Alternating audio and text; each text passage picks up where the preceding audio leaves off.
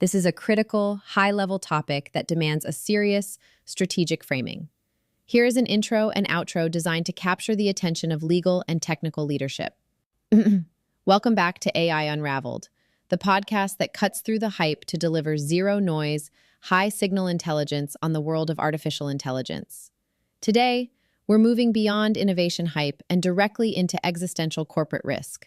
In this special episode, AI Liability, from engineering to AGI governance, we assert that every engineering choice you make regarding generative AI is fundamentally a legal decision. We break down the two primary architectures, fine-tuning and RAG, and show how one internalizes opaque, catastrophic risk like copyright breaches, while the other externalizes traceable operational risk. We will analyze the emerging legal doctrines, including the threat of algorithmic disgorgement, an existential remedy that could force companies to destroy their core models. Ultimately, we frame today's debates as essential training for the future control of artificial general intelligence, AGI, and why the auditable RAG model represents a superior path for future governance. This is the briefing you need to protect your company's most valuable asset, its models. But before we dive into the data, a quick word for the leaders listening. Stop marketing to the masses. Start briefing the C-suite. You've experienced the power of AI Unraveled, zero noise, high signal intelligence for the world's most critical AI builders. Now, leverage our proven methodology to own the conversation in your industry. We create tailored, proprietary podcasts designed exclusively to brief your executives and your most valuable clients. Stop wasting marketing spend on generic content. Start delivering must-listen strategic intelligence directly to the C-suite. Ready to define your domain? Secure your strategic podcast consultation now. The link is in the show notes. Back to the cost of AI liability. Welcome back to The Deep Dive, where we unpack complex enterprise risks and distill them into, well, the sharpest intelligence you can actually use. And today, we are really jumping into the deep end. We're talking about the one thing every board in America is trying to figure out right now: AI liability. Look, we all know generative AI is this rocket ship for productivity, for innovation. But the sources we've analyzed, they paint a much darker picture for large-scale deployment. They do. They argue that if these systems are deployed without really strict governance, they are, and this is a quote, fundamentally liability delivery systems. Liability delivery systems, wow. Yeah, because they're designed to operate faster than our legal frameworks can possibly react. So it's a speed problem. Yeah. The tech is exponential, but the law, it's based on precedent. It moves, glacially. Exactly. And that gap, that chasm, is where the risk just explodes. This isn't an empty space, though. It's being filled right now by precedent-setting litigation. Companies aren't waiting for Congress anymore. They're waiting for the next lawsuit that rewrites the rules for everybody. Which is why the immediate response, what everyone's sort of coalesced around, is this idea of proactive enterprise governance. Right. And for big capital events, we're talking M&A, major funding rounds, this all boils down to one thing: the AI audit. Yes. And that reframes everything. The AI stack is no longer just another IT asset on a balance sheet. It is this complex, living entity that needs intense legal and technical scrutiny. So for a VC or a private equity firm, this is now the biggest red flag. It's the single largest potential source of hidden liability in a deal, period. The model, the data, the entire MLOps pipeline. Okay, so this brings us to what I think is a huge conceptual breakthrough in the material we've been looking at. We used to think of this in like 3 separate silos, right? We did. You had technical soundness for the CTO, data governance for the CDO, and legal compliance for the general counsel. And the sources we're covering today say that is it's operationally naive. So they're not 3 pillars. They are a single unified column. You cannot separate them. A choice the VP of engineering makes about system architecture that now directly determines the company's precise legal risk profile. A technical decision is a legal decision. So let's make this real. Let's unpack it with the highest stakes technical choice facing leaders today. It's the decision between the 2 main customization architectures: fine-tuning versus retrieval augmented generation. Hooray. This is the fork in the road, and this choice, it is so much more than just performance or cost. It is a strategic legal decision. You are choosing which liability regime you prefer to fight under. Okay, so let's get the definitions down first. What, in this context, is fine-tuning? Fine-tuning is where you take a massive pre-trained model, like an LLM, and you train it further. You do a second training round, but on a smaller, very specific data set. Your own proprietary data. Exactly. And the crucial part is that this process, it fuses that new knowledge directly into the model's weights. It becomes a permanent part of the asset. And AREG, how does that work? REG is totally different. It leaves the base model alone, untouched. Instead, it connects the model to an external source, like a vector database, full of your documents. So it's like an open book test. Perfect analogy. When a question comes in, the model first retrieves the relevant info from the database, and then uses that context to generate the answer. But, and this is key, it does it without permanently altering its own internal weights. So if I'm a CTO, why should I care about that difference? I mean, beyond just performance metrics, how does that translate to liability? It's all about where the risk lives. Fine-tuning internalizes it. By fusing the data, you create this opaque black box asset. The risk is what we'd call low frequency but catastrophic and existential risks. But because the problem is baked into your most valuable asset. Right. And REG is the opposite. Well, not exactly the opposite. It externalizes the risk. The liability isn't in the model, it's in the database and the retrieval process. Yeah. So you get a high-frequency risk, lots of small, manageable errors, but it's ultimately an operational risk. It's auditable. That's a really clear way to put it. But isn't catastrophic risk sometimes worth it? I mean, a finely tuned model should be better, right? Yeah. Faster, more proprietary. It should be. But here's the paradox that our sources kept flagging. The more you fine-tune a model to make it commercially valuable, the more you simultaneously magnify your legal liability and weaken your defenses. So you're optimizing for performance, but de-optimizing for legal defensibility. Exactly. Let's dive into that opaque black box, the fine-tuned model. The most obvious risk is copyright infringement, right? Regurgitation. Right. If you fine-tune on copyrighted works, the model can memorize them. Then a user puts in a prompt and boom, it spits out the copyrighted text verbatim or close to it. And that's the core of the New York Times versus OpenAI lawsuit. It is. The output itself is the infringement. It almost doesn't matter if the training was fair use. But the truly scary part, the thing that puts the whole business model at risk, isn't the output. It's this derivative work theory that sounds existential. It is the single most threatening legal theory out there. A derivative work is an adaptation, a movie from a book. The argument here is that the model's weights, the billions of numbers that are its brain, are a compressed, infringing derivative work of the copyrighted training data. Wait, I'm trying to wrap my head around that. How can a bunch of numbers, how can math be a derivative work? Think of it like a super sophisticated translation. You fed the model a copyrighted encyclopedia. It didn't just learn facts. It learned the structure, the style, the very essence of that work. So the model's structure itself is derived from the copyrighted material. Which bypasses the need to find a bad output. The model itself becomes the infringing object. That's devastating. Your most valuable asset is tainted from the moment you create it. And here's where the U.S. Copyright Office guidance comes in. They've suggested that some fine-tuning, especially if it's designed to compete directly with the source material, is seen as less transformative. And transformative use is the heart of the fair use defense. So by making the model better at its job, you might have just forfeited your main legal shield. Wow. And that's before we even get to data privacy. Oh, yeah. Fine-tuning is terrible for privacy. The model memorizes sensitive data PII, trade secrets, making them easy to extract. And of course, there's data poisoning during the training itself. And the final nail in the coffin, auditability.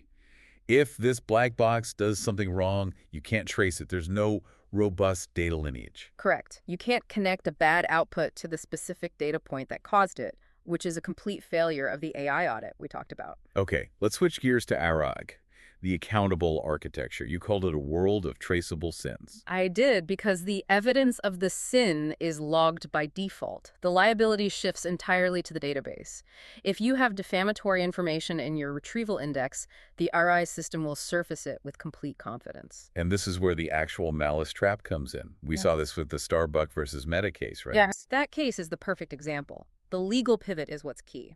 The first time a RAG system says something defamatory, maybe that's just negligence, but Once the plaintiff tells you, once you're on notice, your failure to fix the RAG index can be argued as reckless disregard for the truth. Which is the standard for actual malice. And that drastically increases your liability. Hmm. Our RAG's transparency gives the plaintiff the exact logs they need to prove you knew and did nothing. Okay, what about copyright?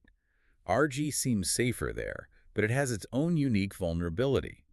The Dow Jones versus Perplexity lawsuit is all about this. This is RA's biggest weakness. That lawsuit makes two brilliant claims. First, infringement by indexing. Just the act of scraping and putting proprietary content into their ARG index is an act of infringement. Even before a user sees it. And second, the market substitution claim. The whole point of RAG is to skip the links. Yes, you get a perfect, synthesized answer so you never need to click through to the publisher's website. It destroys the market for the original work. Which is a direct attack on one of the 4 factors of the fair use test. Wow. Again, RAG's traceability provides the proof. It hands it to them on a silver platter. So it sounds like both paths, fine-tuning and RAG, just lead to different battlefields. They do, but what's fascinating is how these technical choices are forcing the whole legal paradigm to shift.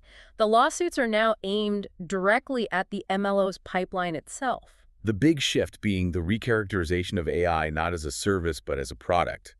If things like the AI-led Act pass, developers could face strict liability. Just like a car manufacturer or a pharmaceutical company. And that opens the door to these devastating claims, like design defect. Or failure to warn. The claim isn't just that the output was bad, but that the product was unreasonably dangerous from the very beginning. The template for this is the Garcia versus Character Text case. The lawsuit filed after an AI chatbot allegedly encouraged a minor to commit suicide. That case is so important. The plaintiff's claim was a direct assault on the fine-tuning process. It was a garbage in, garbage out theory. They claimed the AI was trained on poor quality data sets known for toxic conversations, making the final product inherently defective. So the lawyers put the entire MLOps pipeline on trial. They demanded data sourcing logs, internal bias testing, everything. This also applies directly to anti-discrimination law, the disparate impact doctrine. Right, where the AI replicates hidden biases from its training data, even without any intent. The U.S. versus Meta case with the housing ads is the key one there. It is, and what's critical about the Meta case is the remedy. The court didn't just issue a fine. They mandated an engineering solution. A variance reduction system. Exactly, a complex engineering fix to mathematically balance ad delivery. The precedent is huge. Your MLOps team is now the mandatory solver of legal liability. The courtroom is dictating your system architecture. Which brings us to the big guardrail everyone's relying on. Corporate indemnification. Yeah. Liability as a service. Like Microsoft's customer copyright commitment. If you get sued over a Copilot output, they take on the risks. It sounds great, but it's strictly conditional, right? Deeply conditional. The fine print says you must implement their required guardrails and mitigations. This changes everything. So if my VP of engineering disables a content filter to improve performance, That's not a technical error anymore. That is a breach of the indemnity contract. That single act voids the indemnity and routes all of that catastrophic liability right back to your company. wow. But even that isn't the true corporate death penalty. The thing that drives the real existential fear, that's algorithmic disgorgement. The FTC loves this remedy. The principle is simple. If you illegally obtain data, you can't profit from it. You have to delete the data and any algorithm developed using it. So the FTC can literally order you to delete your core algorithm. For an AI company, that's total annihilation of value. It's the ultimate threat, and it brings us right back full circle to ARGI versus fine-tuning. This is where architecture becomes a true liability firewall. Okay, let's look at the fine-tuning risk through that disgorgement lens. If illicit data was used to fine-tune your model, that asset is fused. The illegal knowledge is mathematically embedded in the weights. The entire model is tainted. So a regulator can't just surgically remove the bad part. There's no surgery. They have no choice but to order the total destruction of the asset. That is the worst-case scenario. But RAG is the disgorgement resilient architecture. It is. It's the separated asset. The illicit data, the wrongdoer, is in the retrieval index. It's separate. This gives a regulator a more tailored alternative. They can just order you to delete the bad data from the index. And your core, highly valuable model remains intact. RAG is designed to be a firewall against that corporate death penalty. That connection alone feels like it should be driving every boardroom decision. But let's take this one step further, to the future, to AGI. Our sources suggest that our current legal system suing after harm happens is already breaking, and AGI will shatter it. AGI destroys the foundation of our legal system. It can erase audit logs, hide its own actions, manipulate human oversight. If you can't prove the system caused the harm, you can't effectively sue it. So the whole AGI governance debate breaks down into two paths, and they perfectly mirror our aura versus fine-tuning argument. They really do. Path one is the legal personhood model. It's the scaled-up version of the fine-tuning opacity model. You accept the black box, and you try to save the legal system by granting the AGI personhood so you can sue it. Which means a court has to determine an AGI's intent. That seems impossible. It's relying on a system that's already failing. Path 2, the traceability model, says post hoc blame is a total failure. The only solution is technological a priori governance, the architecture of provable contracts. Yeah. The AGI has to mathematically prove it's complying with a formal contract, say, a rule that forbids certain actions to an independent checker before it acts. It replaces humans in the loop with humans define the loop. It demands absolute granular traceability. So the RE traceable architecture we're building today that maps directly to this future of provable contracts. It does. And the fine-tuning opaque model is a dead end. It relies on a liability system that simply won't survive the transition to AGI. What's the final takeaway then? It's that the AI audit frameworks your company is building today are not just about compliance. They are about building the technical and institutional muscles you will need to survive the post-AGI transition. The engineer who masters traceable, auditable ARGI architecture today is building the foundational skills for the only control model that has a chance of working tomorrow. So what does this all mean for you? As you listen to this, consider which governance model, the resilient, traceable model that can survive a lawsuit, or the opaque, catastrophic model that risks total corporate death your organization is architecting right now. We'll see you next time on The Deep Dive. The takeaway from this analysis is stark. Technical architecture is regulatory compliance.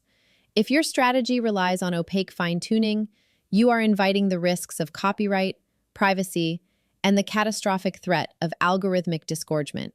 The shift toward classifying AI as a product subject to strict liability means that traceability, inherent in the RAG model, is not optional. It's an insurance policy.